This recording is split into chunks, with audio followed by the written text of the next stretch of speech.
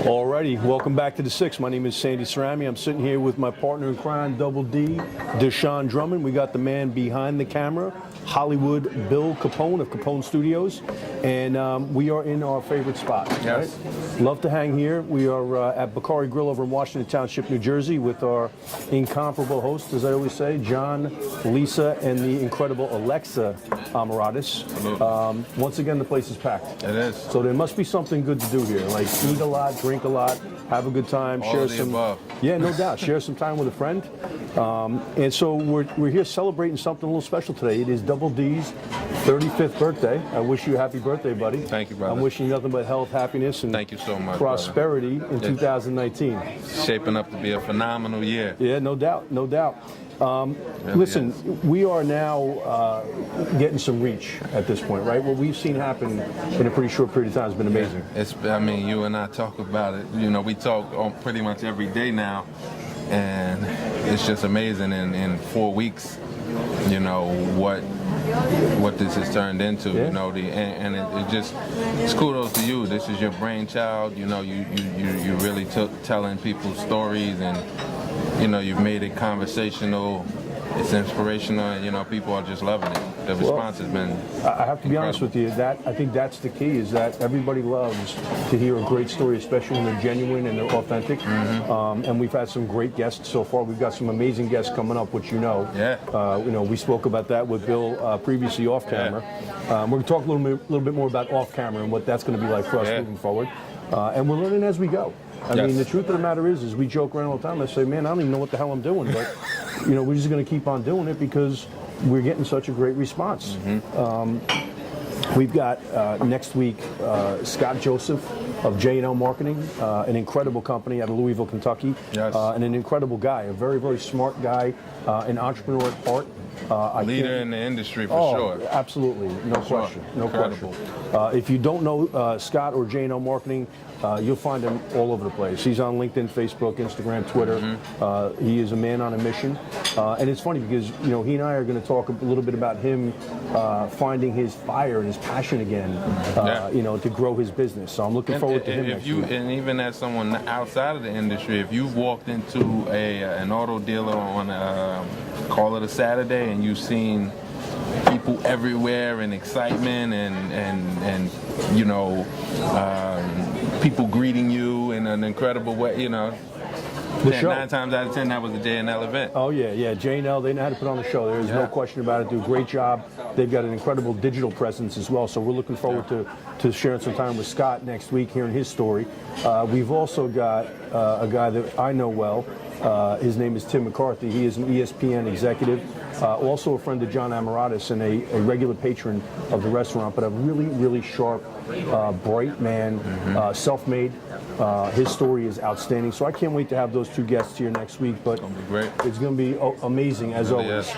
But today we get a chance to talk about a story that I think there's more than just me out there that wants to hear. It's the story of Double D and Deshone Drummond. And I don't want to have that moment where it's, you know, Roy Firestone and Cuba Gooding Jr., right? Where I get you tearing up, you know what I mean? As they say, art imitates life and life imitates art. But I do want to get, you know, go deep with you today and talk a little bit about, you know, how you grew up, where you grew up, and tell us the Double D story, man. Where did you grow up? I grew up in East Orange, New Jersey. What kind of a neighborhood? I grew up in a neighborhood that most people would probably call the ghetto, probably call the hood,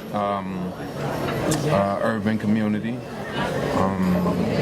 depressed community, but not depressed people. Right.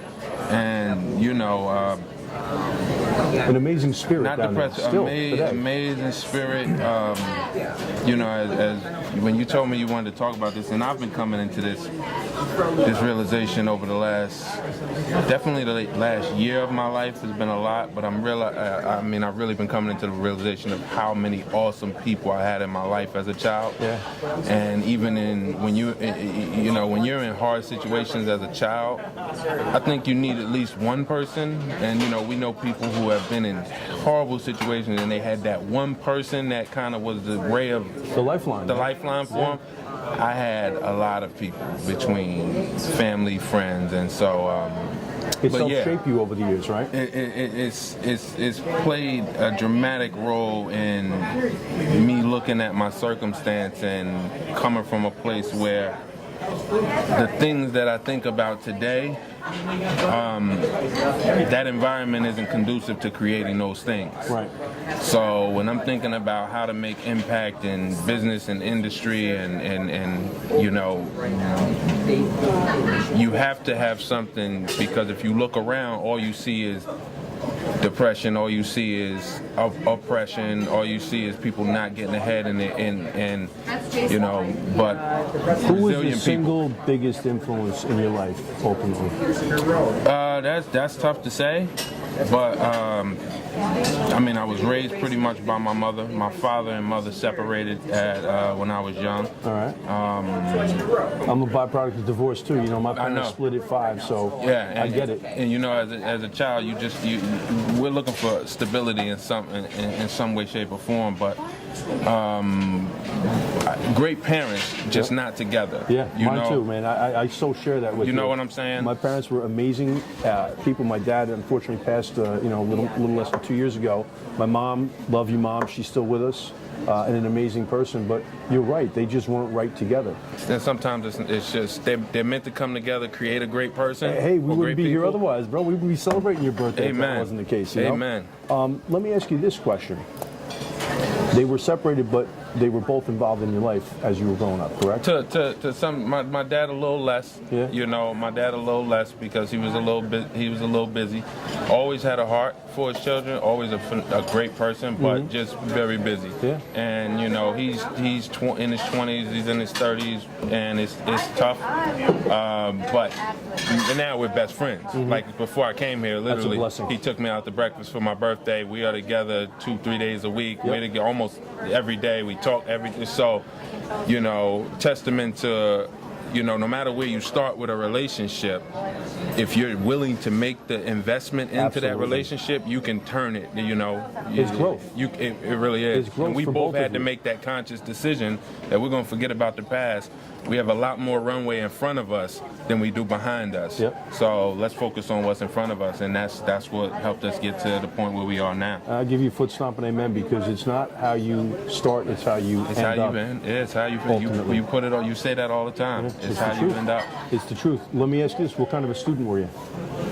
Oh man, so I loved math. Kids, turn off the show right now. Go ahead. Speak the truth. I love the fact that nowadays there's more information coming out about really being a learner doesn't necessarily mean you're schooled, you know, or that, you know, you're institutionally learned, you know. But I mean, I love math.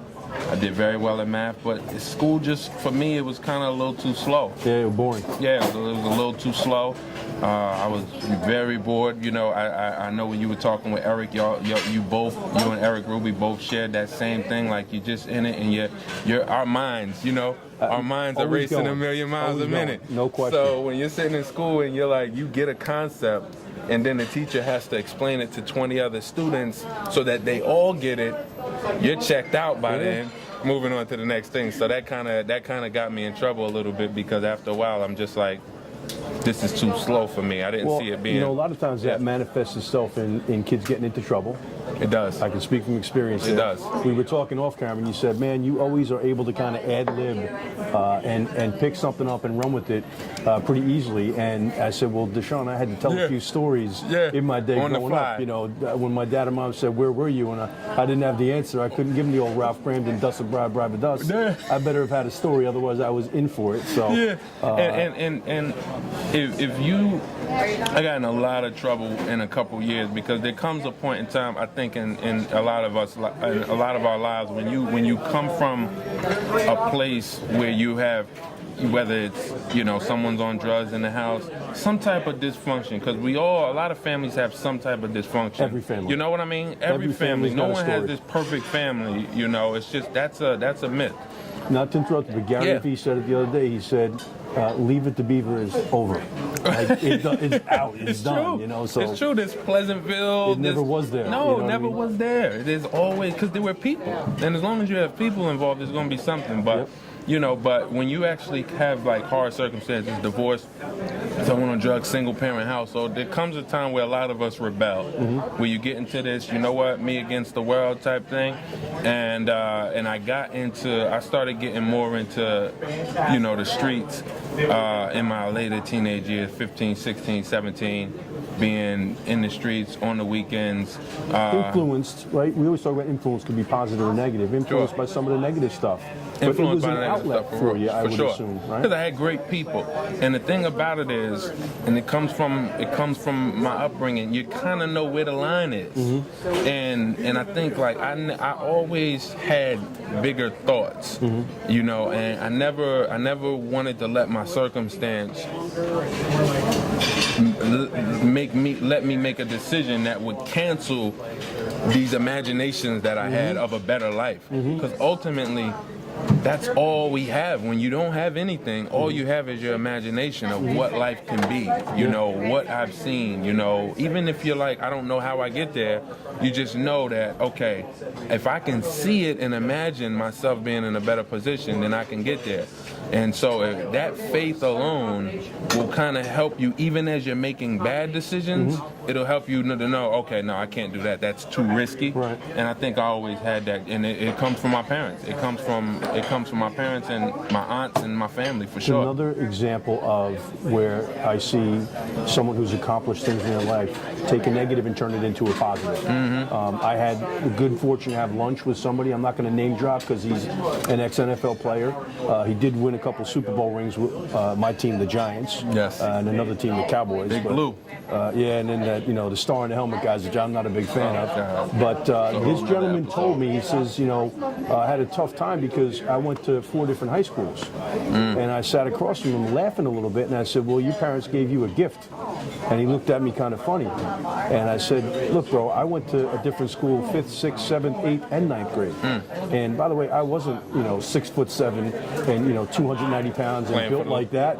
You know, I was a guy coming into the school with a girl's name. And so, you know, I had to learn real quickly how to turn that disadvantage into an advantage. Wow. But I said to him, it was a gift. And I think about you in terms of how you grew up and the circumstances, and it caused you to daydream and imagine and have a vision of something better being possible. And that's what kept you from crossing the line, it sounds like to me. To this day, as you're saying that, my imagination is my own best friend. Yes, sir. You know, if you leave me to my thoughts, that's where I like to be. When we're talking, when we're not talking, when we're talking, I'm telling you about, okay, when we're talking about what we've imagined. Right. So literally, when we're not together, you're thinking, I'm thinking, and then we get on the phone and we're like putting these thoughts vision together. Yeah. That is shared vision. But you know, my imagination. When I really started really believing that, you know what, the good Lord put these thoughts in my mind to create. He gives you things in your mind, even in dark circumstances. Absolutely. He gives you this vision to show you that that's where I want you to get. And that's where you need to grow to. Because most times we're not that person yet. You know, we're not there yet. We're not the person we need to be to create that. Yeah. But that's where we need to grow. It's the movie screen of the mind, right? I mean, I talk about this when I'm training all the time, and I say, you know, I want you to picture the person's face who means the most to you in this world. Right? Because I want people to understand that when we use words to paint pictures, we take our imagination to create reality. That's real. That's real. That's tangible. Like you have created a life right now for yourself at 35 that you imagined before it ever even happened. Yes. And that's a great lesson for, you know, folks out there, especially young folks. Like, and you don't know. Go ahead. No, I was saying, like, for the young folks out there, picture what it is that you're looking for in your life, and then do the things that are necessary to help get you there. Like you said when you were talking to Matt last week, one incredible saying, do the thing and you'll have the power. Ralph Waldo Emerson, yeah. It's incredible because it really is the basis of how you pull yourself out of, like, you know, 14 years old, first guy that I went to high school with got killed. Right. You know, 15 years old, someone else get killed. Like, I was with a friend yesterday and we were talking about how many people got killed that we were with. You know, how many people in jail? I have people that I used to sit down with that are in jail for, you know, went to jail for triple murders. You know, and so how do you not let this stuff, how do you be amongst it but not let it go in you? And that's these thoughts. You gotta have a higher level of thinking to say, I'm not gonna risk that much. You know, I can't. What I'm gonna gamble with is I'm not betting the house, which is my life. I'm not gonna be a statistic. And I've had a couple close times where it's like, okay, the wake up call. He's talking to you. I mean, I'm just gonna tell you, I believe in it. You know the good book better than I do, buddy. Because I'm telling you, I'm no expert. I'm the guy. I like what Jim Rohn used to say well, all the time. I know that. I'm but, no but expert. I'm gonna tell you something. If they put our pictures up, and say this is the guy who's gonna show you what you should be doing, and then my pictures, this is the guy you probably don't want to do the same thing as. But truthfully, you know, I think being creative and having that imagination is the amazing gift that was given to you. The other guys that you're talking about were prisoners of their own mind. Amen. Right? And they just didn't have the ability to create those thoughts in their heads, unfortunately, or didn't have the faith to follow them. Come on, because I think we all get them. Of course. We all get them. Of course. That's a gift from, like you said, it's from the man upstairs. He doesn't want to leave us in dark circumstances. And the reason why I don't spend too much time, I try not to spend any time complaining. I know you don't. Right. I mean, a lot of people don't even know half the stuff that you've been through. All my complaining goes to Mary, and she just tells me to shut up. And our wives know us behind closed doors better than anyone, because that's who we vent to in a lot of cases. And you do have very good reason to vent. When someone listens to what you've been through, you have every good reason to be exhausted. Well, I think everybody, we go right around the restaurant right now. Everybody's got a story. Everyone I was talking to Barney, one of the amazing servers here in the Bakari crew, and I said, you know, what's resonating here with the Six is that we're sharing real stories. And he said, yeah, that makes sense. I said, well, everybody's got one. You know, everybody around the room has a story to share. They really do. And they've got a reason to complain, but the question becomes, are you going to get caught up in the prison of your own mind complaining, or are you going to unlock your potential with creativity? There's always somebody who has a worse situation. Yes. So if people with if people started with less than us, in worse circumstances than us, you know, look, you've mentioned Oprah, you've mentioned people like who have gone through incredible things. Helen Keller, born with circumstances, you know, if these people can make it out, okay, yeah, we have harsh things, but the things that could be worse. I take my start before I take Helen Keller's start any day. Absolutely. It's like, what are you willing to do about it? Yes. Right? Not just sit and complain. What are you willing to do about it? Talk to me about your first foray into business. Like, what was your first real career job? Wow.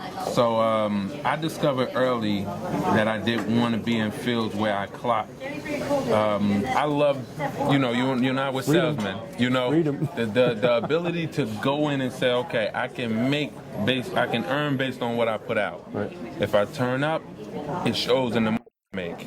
If I scale down, it shows in the money I make. And I got into that. I started serving at 17, and that was kind of the first thing. Like, okay, if I work a little bit more, but then, you know, I got into sales. I was sitting at home, and I had served for like 3 years. My fiance at the time, who's now my wife for 13 years, Monique, she was pregnant. I'm giving Monique a what's up and tell you that I thank you for the gift of letting me hang with your man as often as you do.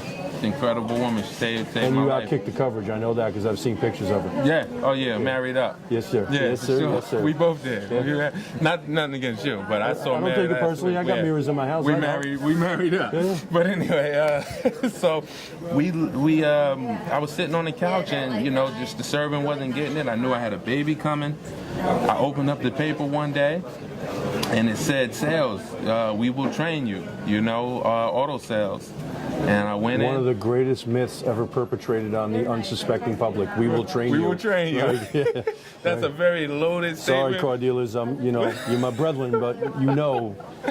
Yeah, training. It's called false advertising. Go talk to that person over there. And, you know, on the job training. Right. But I walked in, sat down with a guy by the name of Sam Booth. Phenomenal Sam. guy, phenomenal I know person. Sam, good person. Gave me my start in the auto business, hired me. I was 22. And in 6 months, I made $30,000. And I was like, wow, at 22? And it was like, I never looked back. You were like Rockefeller. It was like, 22, it was like all the money in the world. Yeah, no doubt. It's No like, doubt. but I just saw the potential. It was like, if this is what we could do in 6 months, what could we do if we really, go into this? So I did. I worked with GM for probably 4 years. Went to Mercedes in 2011. So kind of, always wanted to look for more opportunities, better pay plans, different brands that I wanted to go be a part of. And I went to work for Ray Katina in 2011, his Edison store. An amazing entrepreneur. I hope someday that we're lucky enough to hear Ray's story on the 6. I have a personal connection to him. His daughter is named after my grandfather. Really? He used to buy used cars for my grandfather years ago. He's an amazing success. He's somebody that I always look to when I think about what's possible, because Ray literally started with a used car dealer plate under his arm and a checkbook. Wow. And the man is a wild success today. Wild. And talk about brand and what he's been able to build. He understood brand before anybody else in the auto business. You're right. You're right. Legend in luxury. Absolutely. And you expected a certain experience when you came into a Ray Katina dealership. You didn't expect the lowest price. You expected the best experience possible, and he created that. And he comes from a position of wanting to help people. Yes. He's a genuine person. Yes. He's got a lot of long-term people there. There's so many lessons. We could do an entire segment on Ray Katina and the lessons that he has imparted to many of us in the business. He told me one thing, and I'll share it because we didn't talk much. He was always cordial, always, but when I first took the position, it took me 8 months to get it and a lot of persistence. But when I first took the position, he came over to me. I was sitting down with the general manager, and I said, I appreciate the opportunity. And he said, no, I'm happy to have you. He said, look, I can give you the opportunity, but it's what you make it. Yeah. That's all Execution. he said. Execution. He's like, and that's with anything. You could have the opportunity, but it's what you make out of it. It's how creative are you going to be? What are you going to bring to it? But it was a blessing to get that opportunity. I was 28 at that time, and a second youngest person there, so it was a phenomenal opportunity. Yeah, and they had some real superstars in his organization, still do. Yes. And the culture in that group is significant. I know that his son-in-law, Jim Buchanan, has a lot to do with the success of the organization as well now. Yep. Great guy. Yeah, he's a great guy. And those are two guys that today, if I dial on my phone, they pick up every single time without fail. If they don't pick up, they call you back. And that's the hallmark of something that's genuine and authentic. Certainly. But, going back to culture and brand, and we talk about this all the time, you and I, we see the most successful, long-term successful businesses out there really got brand and culture and continue to stoke that flame. Our buddy, Gary Vee, we talk about him all the time. He talks about brand being the long game and culture, I think, being the underlying foundation of brand and how critical it is. When you think about walking into the store on Route 1 in Edison, what did it feel like when you walked in the first time? Yeah, it feels like it feels like you're in the Taj Mahal. Decadent. Totally decadent. The carpet in there, it seemed to me like totally it was plush, and you're greeted, offered a drink, multiple different drinks, whether you want sodas, whether you want coffee, cappuccino. Speaking of drinks, we're on a queue. My man Barney, thank you, Barney. Incredible. The best.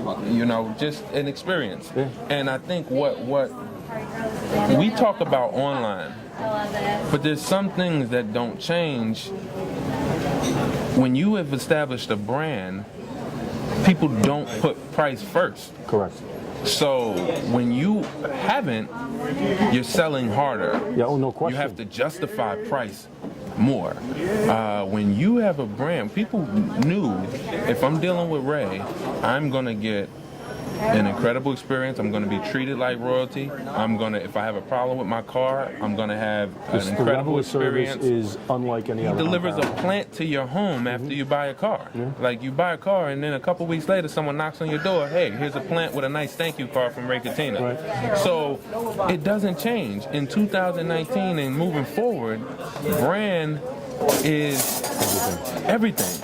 It always has been that way. It used to just be offline.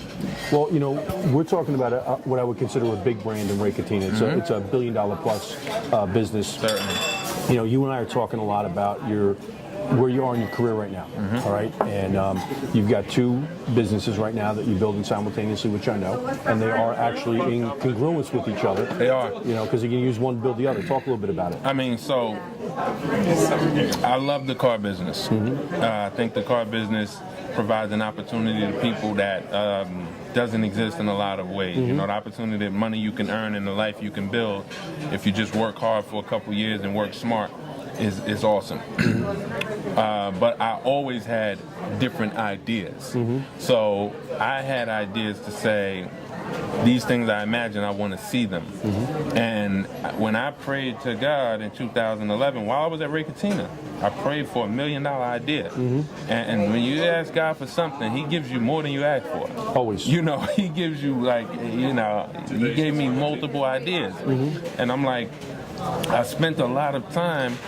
I left Ray Katina. I put in my resignation and went into real estate full time in 2012.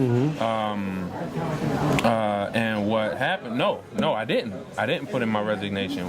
It was a mutual thing. Doug Wells sat me down one day, and he's like, "Man, your heart is not in it." And I'm like, "It's not." That's a heck of a conversation. Yeah. I had been studying real estate for probably a year. I had some plans, things I wanted to do, and he could just see it, and we sat down, and I'm like, listen, Doug, I'm gonna be honest with you, I'm starting to invest in real estate. I already done one deal at that point.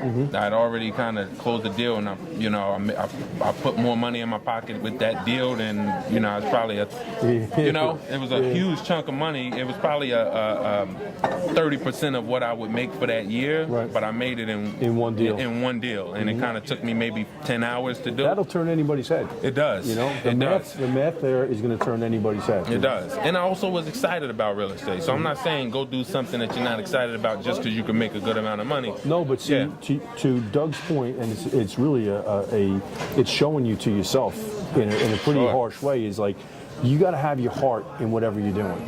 You really do. If you don't believe that you're in the right spot and doing what you want to do and your heart isn't there, it's really hard to achieve high levels of success. And it comes through. No Especially question. if you're in an environment of greatness. If I'm in an environment of slackers, then maybe I can just kind of stay under the radar and do my thing. But if you're in an environment of greatness, which Ray Katina was and is, and you have people around you that are really high-level thinkers and achievers, when your heart is not fully in it, it shows up. No question. So, That takes me to a point when you talk about the car business being a great business because it affords you opportunity and potential for income and potential for growth. One of the double-edged sword characteristics of the business is a kind of low barrier of entry to get into the business. It is. Like no barrier. Well, in some stores there is no barrier. They're not very selective, let's say. But in organizations like Ray's and other high-performing operations like Matt's BMW store in Ramsey, they are actually exclusive in terms of who they decide they're going to allow into their team, and I think that is the duality of our business, is that once you get into the right organization with the right culture, it forces you to, what we say all the time, step up to stand out. Amen. Right? The hashtag step up to stand out. Step up to stand out, no doubt. That is what I would love to see more GMs, dealer principals, managers getting back to, because I knew Ray Katina would ask you for your W-2 and before you even came to apply. He wants to know. Are you hungry enough? What'd you make last year? And because I need to know the caliber of thinking you're bringing to me. And so you knew going in. Listen, you're giving somebody an opportunity where they can come in and make 100 to 300,000. There's no barrier. We both know a guy that would who was very hospitable, great businessman, who was second in command of a great dealership. And one of the things he said to me is, if you want to go out here and you want to sell 500 cars a month, no one's gonna stop you. Right. It's as big as you can think. It's theater of the mind, as they say, and I think we should get more deeply into that in our next segment. Let's take a break now. Tell the folks a little bit about some of the stuff we have coming up. Sure. And we'll be back in about a minute or two with Double D, Deshone Drummond.